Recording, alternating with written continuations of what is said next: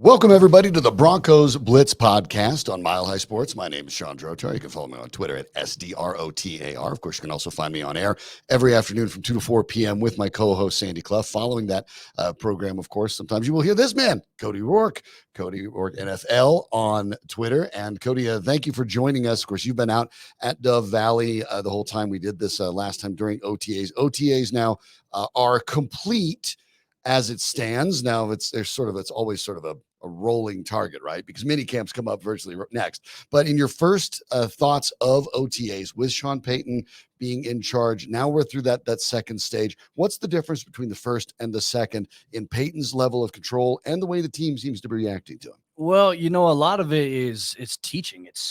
There's high volume reps, which is great. As a coach, you want to get as many reps as possible because everything's being filmed, right? You have 90 players on your roster right now. You have two different fields. So a good portion of the time, guys are working in on both fields, right? You're going to have your group of guys here. It could be ones and twos perceived, threes and fours perceived on the other field, so on and so forth. But there's consistent rotations. It's like every position group has their guys. Okay, these guys are going to get the first reps, but then, hey, 4 or 5 reps from now, these guys are going to come in and replace. And it's just getting guys reps so the coaches can go back after practice, watch the film, and then they go and they teach. Now, Thursday's practice for the final OTA practice overall was a little different than everything else because it was teachable. You didn't get to see as many high volume reps as we've been accustomed to seeing the first couple of weeks because Sean Payton really wanted to emphasize situational football. And Payton said, we got 45, 46 plays, that somehow pop up every single year in the NFL, maybe once a year or maybe once every 2 years, but you have to know how to react in that situation. And he wants every player on the team to understand the importance, why we're doing this drill, why we're simulating this strategy. And here's our landmarks. Here's how we need to do it. That's what we saw on Thursday. Cortland Sutton said, he's like, I don't know why he told you 43. We got 78 on the board that he talked about. So he only told us 43, but just a different setting overall. Sean Payton is in complete control of everything that's going on with this team. And like I said, it's refreshing to see because I felt like with Nathaniel Hackett, everything was a little bit more, he delegated a lot to his coaches, right? So he could spend time with the offense. Sean Payton is spending time with every position group when they go through individual period. There's times he's walking around, he's engaging, he's working with the tight ends, the DBs, the linebackers, like he's going around to everything. So he's got his hand in everything that's going on. And it's really just kind of echoing, this is what I want from my team. And he's preaching that message to his coaches, and those coaches are communicating it to the players, and they're seeing how it's done. It's business. It's educational, which is good. There's some excitement with that, but Sean, you and I know this very well. We can be excited. Broncos fans can be excited themselves, but it has to translate into success on the field, which I want to asterisk right here on the show. It could take some time. It may not just be right away. So I do want to put it out there to Broncos That's a good point because these are building blocks. And unfortunately, because of the Broncos' tendency in the last few years to hire first-year head coaches, these are guys, there's a vast difference here between what they had and with Sean Payton. And so the idea is this sounds revolutionary all of a sudden to Broncos fans, but it's not. No, it's actually the way most teams do it. It's an older school Bill approach. Parcells. Bill Parcells. There's you talk about sort of the tree, right? The coaching tree and the differences. Well, Sean Payton's is close to a mini-me of Bill Parcells, less of the tree and more of a clone in many ways. And so they're working on those building blocks, but that's a good point too, because I try to say the same thing and preface it with Broncos fans that there's reasons to be excited because the train is finally moving in the right direction. That doesn't mean it's anywhere near its destination. Correct. And you have to be able to just start putting one foot in front of the other. In that case, that's what these sort of situational football scenarios are. And while you think in June, what does it really matter? Of course, all you have to do is look at the execution under Hackett to find out that, yes, they do matter. And so as many times as you can get them in your head, that's good. So we see that from Sean Payton going on in the early going, and we will see more of that in the minicamp because, as he pointed out, the difference between the OTAs and minicamp is minicamps will end with a whistle. A little bit more of a practice type scenario. I will say he had a great answer because, one of the local antagonists here in this market that's completely insufferable tried to bait him into seeing whether or not the last day of minicamp they're going to do a field day or of course day. That's really what the angle was. So I was glad when Payton said, he's like, how do you see it end? He's like, with a whistle. Like, everything ends with the whistle at practice there. But really the difference as well, and he kind of told us at the beginning of his presser on Thursday, it's going to be a lot of the same of what we've seen at OTAs, except it's going to be longer. they get more time during mandatory minicamp because it's the last hurrah. So Tuesday and Wednesday of next week, it's going to be longer practices, which it's open to the media. I'll be at Tuesday, Wednesday, and Thursday's practice with complete written coverage, video recap as well. You can check that out, milehighsports.com, also on the Facebook page, Twitter, whatever platforms you have. But it's really just going to be more, hey, let's continue to build on the things. And, I think a lot of people think, okay, after mandatory minicamp, they have 40-something days off or 30-something days off before they have to report for training camp. It's not like, hey, go on vacation. It's, look, you got to keep doing some things, right? It's like a routine, right? You do something for so long, which these guys have been doing tremendously for like the last 2 months here. They've been in a routine. So when you get off your routine, do you fall back into maybe it's less about habits? being off and more about individual study, right? I mean, you have to make sure that you're staying on top of your game, 100%. Whether it's studying whatever you want to study. Staying in shape. Right. I mean, all these things matter, and there are expectations for those. But the big news of the week, of course, Frank Clark, former three-time Pro Bowler with Kansas City, signed to the Broncos on a 1-year deal with incentives that could bring it all the way up to $7.5 million, of which the Broncos, I presume, would be delighted to pay if he hit all those benchmarks. The concern with Frank Clark is, of course, if he was still the player that he had been with the Chiefs presumably would be keeping him. They went ahead and moved on. Some numbers moved down. Next gen stats, when you're looking at his pressure rate last year, 9.2%. That's 17th among edge defenders. Now, that's not terrible, but it's not really Pro Bowl caliber. We've seen a sacks rate of 1.2%. That was the lowest since 2016. Pressure rate has gone down a little bit in each of the last 3 seasons. This is not, at 29 years old, the guy that maybe you saw at 26 years old. But for the Broncos, it still marks as an upgrade because, of course, after moving on from Von Miller and then Bradley Chubb last year, the injury situation with Randy Gregory, which is always lingering in the shadows. He's never had more than 12 games in a year he's played. And we're talking about Baron Browning, who we'll get to in a moment, and his surgery. Adding Frank Clark was less of a luxury and more of a necessity, and the hope that he can at least reach back at the age of 29 and maybe turn back the clock a little bit. Yeah, and the one role that he's going to play, he's not going to play much outside linebacker. He's going to he's hand down. They brought him in because I think a lot of people saw, okay, well, he's going from a 4-3 defense to a 3-4. Well, in the 3-4, you have Zach Allen as a DN. You're going to have Frank Clark as the other DN. You're going to have DJ Jones in the middle, and then you're going to have your 2 edge guys, which I'll preface it by saying if Baron Browning's not ready for the regular season, it's going to be Randy Gregory. It's going to be Jonathan Cooper more than likely. We'll talk about him a little bit later in the show. But for Clark, I think one interesting note to maybe look at, I know that there was previously, in the last couple of years, there were some concerns, I think 2 off seasons ago, about some off-the-field stuff, things like that have now been cleared with the league. So he's in a good place. The Broncos would not have made this move if, in fact, there was something that could be looming that could cost them eventually. So I want to keep that fresh in the minds of people. Let me note, though, so people do know, we're talking about a domestic violence charge that was reduced to disorderly conduct. That was back in, actually prior to 2017, but it sparked back up when he got angry with a reporter that asked about it, but still that was it was reduced, and so there's still a bit of a blemish there. Felony home invasion charges, arrest on gun charges in March and June of 2021. So there are some red flags that are real there. It's a risk. Obviously, it's a the Broncos risk. feel okay with it, but it is a 1-year deal. Sean Payton is not one of those guys that is necessarily afraid of taking those gambles. I mean, you can obviously look back at Bill Parcells' teams over the years and his own Saints teams, and have not been afraid of taking some chances there. But there is a calculated risk in the person, and there's a calculated risk in the player. If that drop off continues, then you may not get that substantial an upgrade. But to my mind, I look at it with Browning's injury, and originally the surgery he had to his meniscus that underwent recently, thought that will have him ready for some part of training camp. Now, only about within a day, that cycle changed to hope he'll be ready for the regular season. My background in the league is when I hear hope he'll be ready for the regular season, he's not going to be ready for the regular season. And we've seen for the Broncos now, and we'll get into it in a moment, even with Sean Payton, and it hasn't really changed, the Broncos still have either unrelenting optimism regarding their injuries, or they're willing to maybe put up a little bit of a smokescreen, because the presumption is Baron Browning is not going to be ready for the regular season. That's the safe bet. The Broncos knew that. Yeah. That probably forced their hand into going and signing Frank Clark.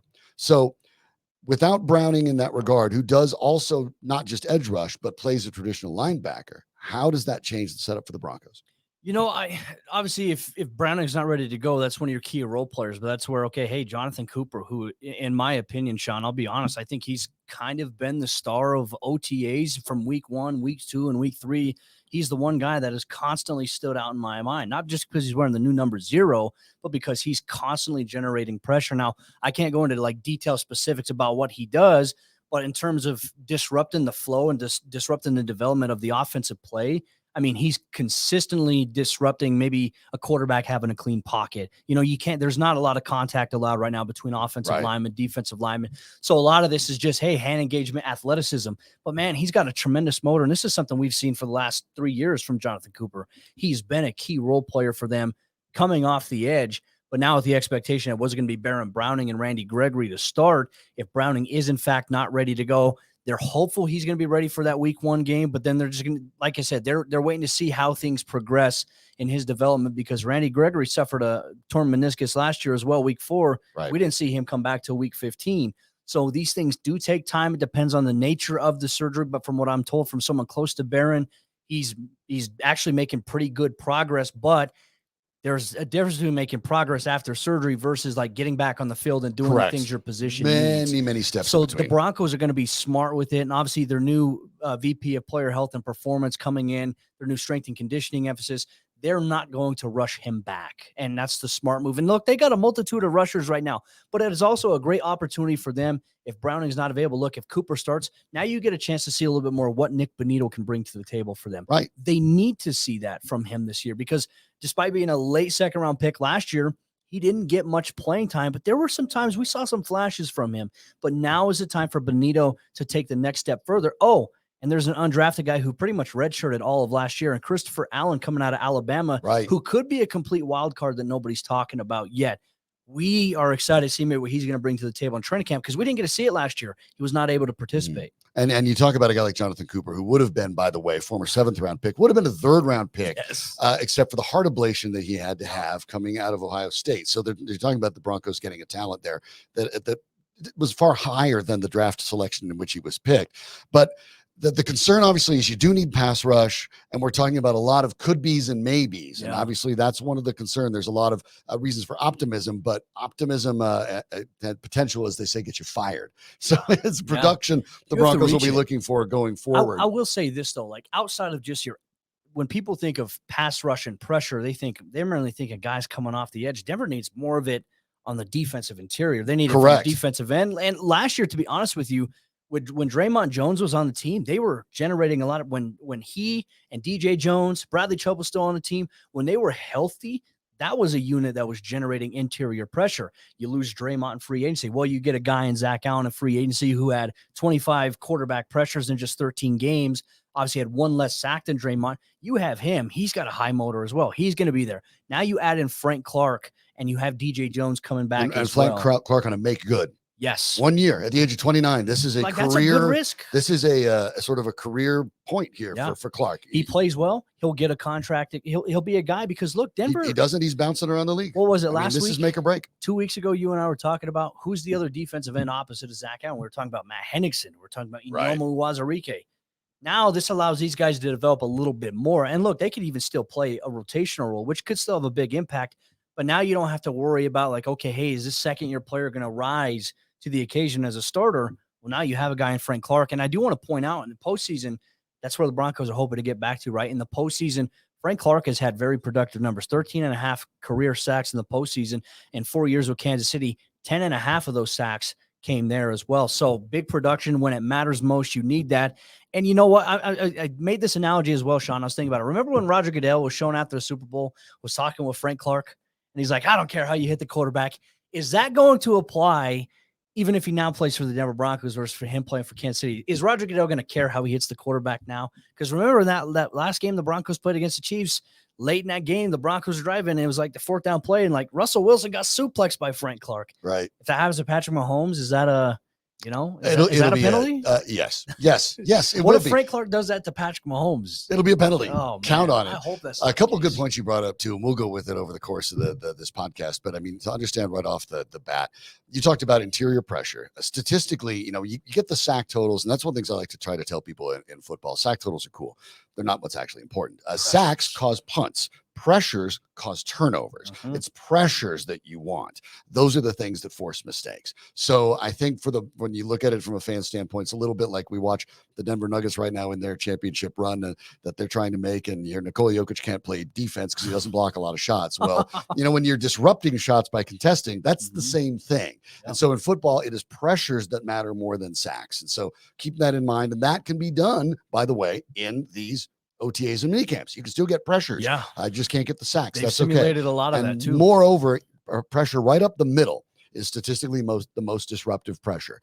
Your Tom Brady's of the world, the greats of the great gets disrupted by pressure right up the middle. That's where the Broncos need to focus. Well, with that money going to Frank Clark, the idea that Dalvin Cook or Ezekiel Elliott or Leonard Fournette or insert fantasy football running back that you've been intrigued about on the Denver Broncos here, those aren't happening. But before we throw all the cold water on that, I guess I want to go back to the idea with the Broncos and their smoke screens about injuries.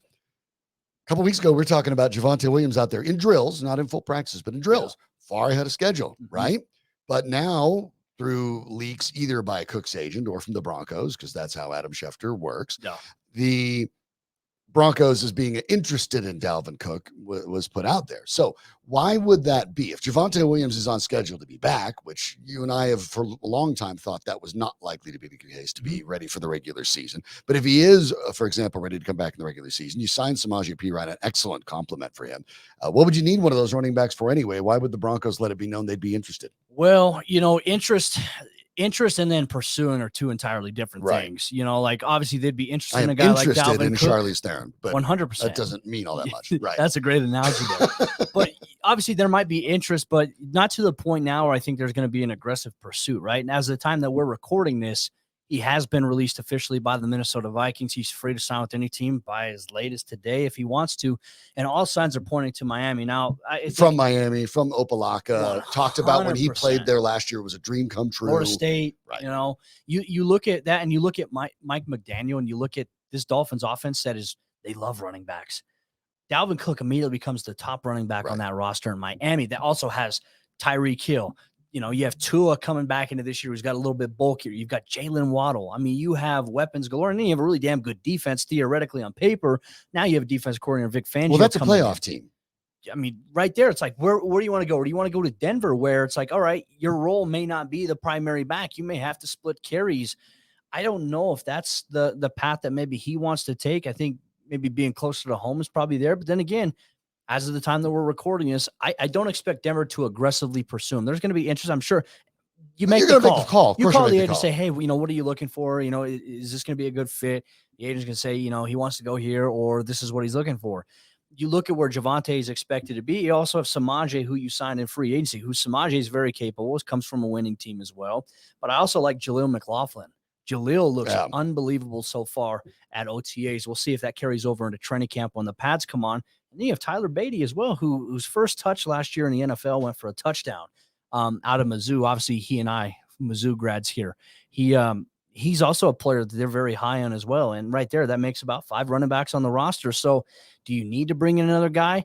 Not necessarily. Do the Broncos need Dalvin Cook? No. Would it be a luxury addition? Yeah. It's like, if I go to the store. But to me, that's spinning rims on a car that still have misfiring its engine. And in my opinion, I don't bother with it yet. This is just my opinion. I know a lot of Broncos fans want him. But in my opinion, it's like, I don't think they need him. They don't need him right now. He'd be a great addition, though. You brought up the salient point. And it's not fun for Broncos fans to hear it. What's the sales pitch for the Broncos? There are a dozen other teams that could use Dalvin Cook that are in playoff position. If you're the Broncos, we're like, well, we're the third or fourth best teams in our division. We're in the division with the defending champs. We've had umpteen losing seasons in a row. We switched out our coach. Our quarterback appears to be in decline. Definitely come to Denver. Unfortunately, right now, Broncos fans, the Broncos sales pitch is not strong. No. When you're in those spots, the only way you get those type of players is you overpay. And if there's one thing the NFL is making very clear, why Dalvin Cook is out there, why Ezekiel Elliott is out there, why Leonard Fournette is out there, you do not overpay for running backs. You end up regretting it. You end up with these situations. Well, remember when Melvin Gordon signed, everybody was freaking out about what the Broncos paid him. Now, here, I have a unique stance. It's not going to be popular. I do think that you should pay running backs, even though the NFL and organizations do not value it. It's because you look at offensive production, these guys take the most contact out of anybody, and they also produce you the most points. So it's like you look at Austin Eckler in Los Angeles. For me, I'm like, why won't they pay this guy? This guy literally has accounted for more than 65% of their offensive production in the last 3 seasons. But the optics on, well, if you pay a guy this much, because it's such a physically demanding It's the position, wear and tear, yeah. The wear and tear, you may pay for a guy and then his best years might be behind him because of that. I mean, I understand that, but it's like, in terms of value and production, it's insane that running backs actually don't get paid. I mean, minus the Derrick Henrys of the world. But yeah, in my opinion, yeah, I mean, there's that. Ezekiel Elliott got a massive contract. He has not yet had any interest from other teams out there. And obviously our producer is shooting this right now. Neil Apiro's like, yeah, goodbye, Zeke. He's a diehard Dallas Cowboys fan, but he hates him right now because it's, a world of suck. But yeah, you're right.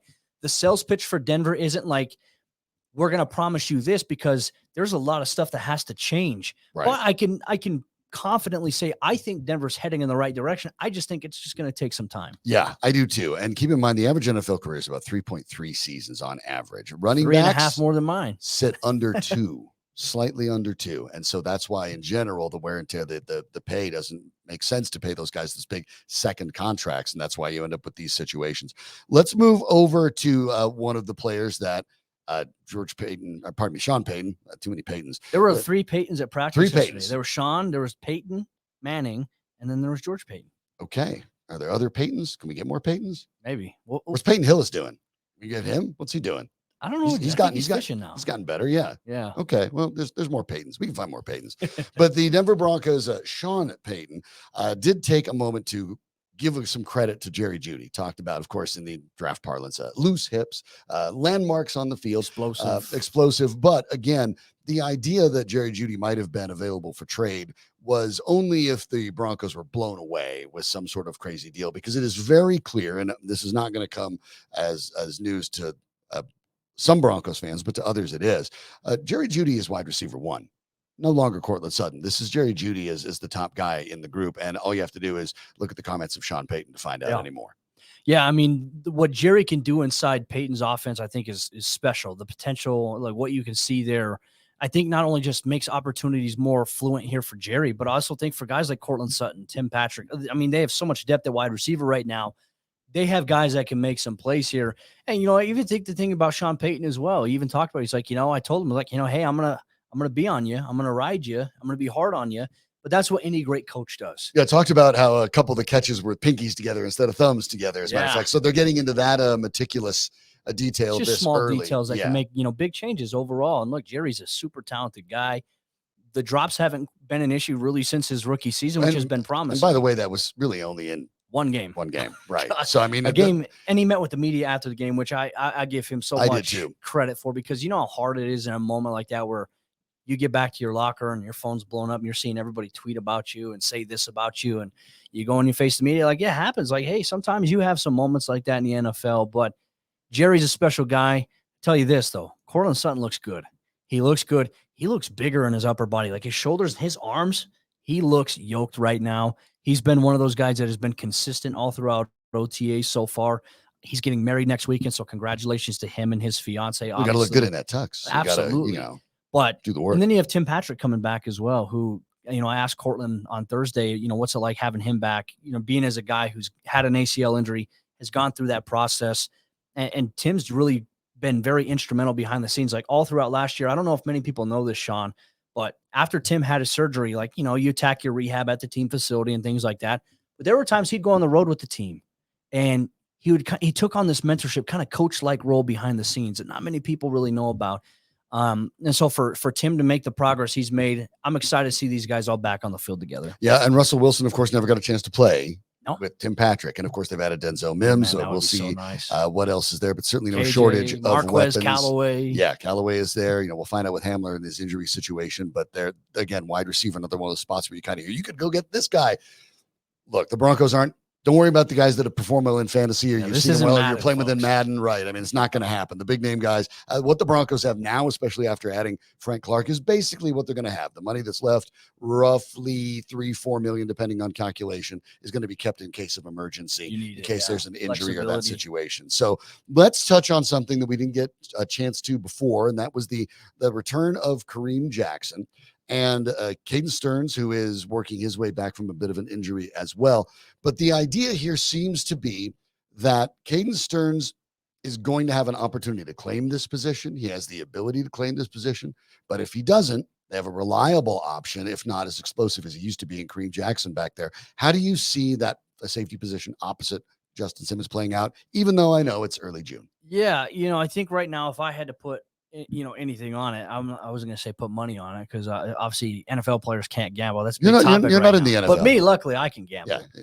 But if I had to say, I think it's going to be Justin Simmons and Caden Stearns who start, but that doesn't mean that Kareem is not going to play at all. Kareem's going to play a significant role, and there could be times where when Kareem comes in, maybe Caden slides into the slot. Maybe he slides, like they can do so many different things to be creative. And especially when they play teams that love to go empty, spread out the personnel a little bit, mix and match maybe your opportunities. If you have, if there's a time where you need to play in the dime, you have K'Wan Williams. Okay, well, hey, you have K'Wan and you have Kareem Jackson inside the slot there playing against the run and also being able to cover a little bit versus, Kareem having to play back in space and having to, cover vertical routes or corner routes or anything like that. Kareem can still play at a high level. Caden Stearns looks good, though. They want to see what he can do. He had a really tremendous play. I can't tell you exactly what he did and everything like that, but he made a massive play on the football in Thursday's practice at OTAs, and Sean Payton was asked, and I love that Sean Payton mentioned this because, we say this sometimes just because it's like cliche, like talk. Right. Like we always talk about take the next step, right? Mm-hmm. And he's like, that's that cliche term. He said, for Caden, the goal for him is to stay healthy, to build on this momentum that he's created this offseason because he's looked really good. Upper body, he's bigger. He's more massive, more bulked, and then he still maintains his athleticism, which you always have those questions for a guy who's coming off reconstructive hip surgery.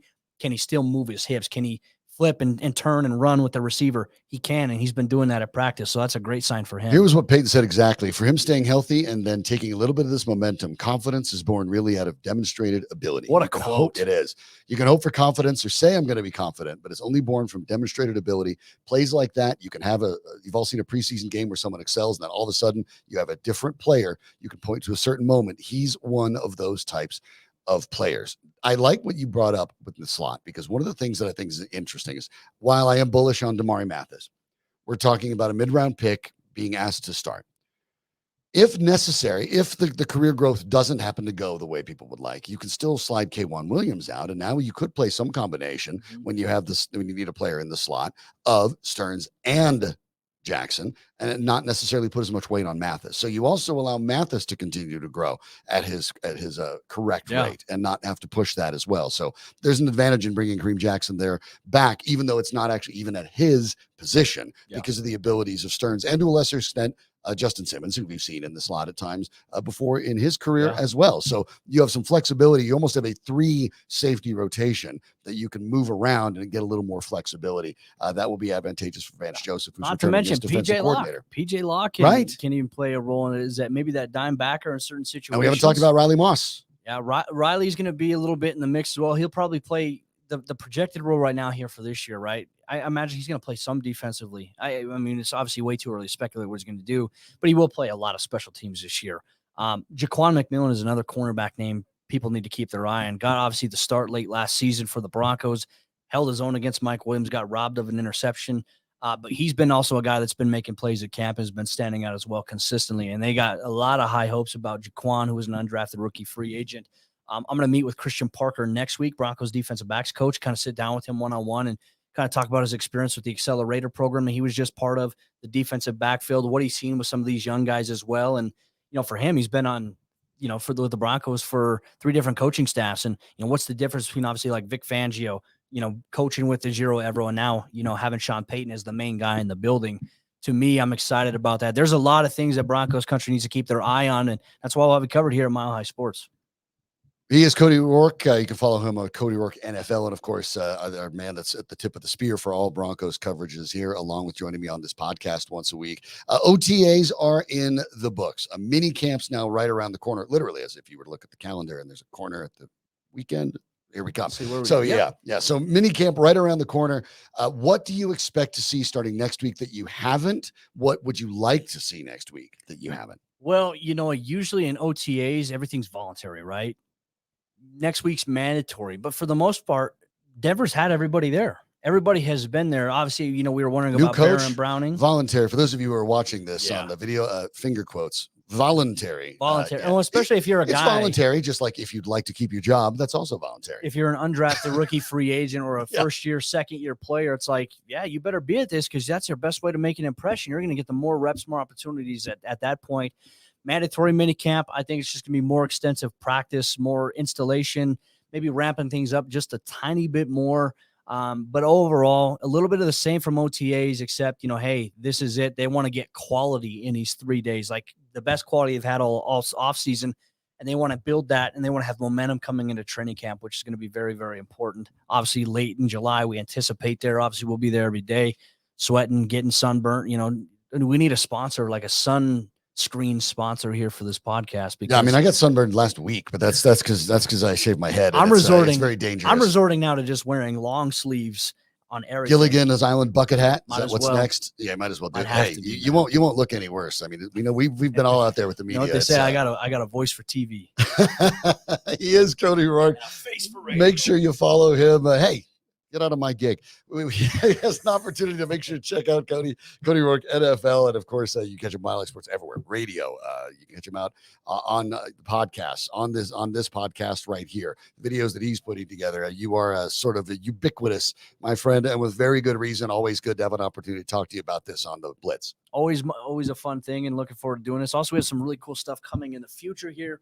Mile High Sports, in terms of me doing some stuff about the Broncos. Stay tuned with that. Shawn Drotar and myself will have you covered. Yeah, there's some good stuff coming up as we get into an important offseason for the Denver Broncos. That'll do it for us this time. We will be back soon enough with the next Broncos Blitz. Thanks for listening. For Cody, I'm Shawn. This is a Mile High Sports production.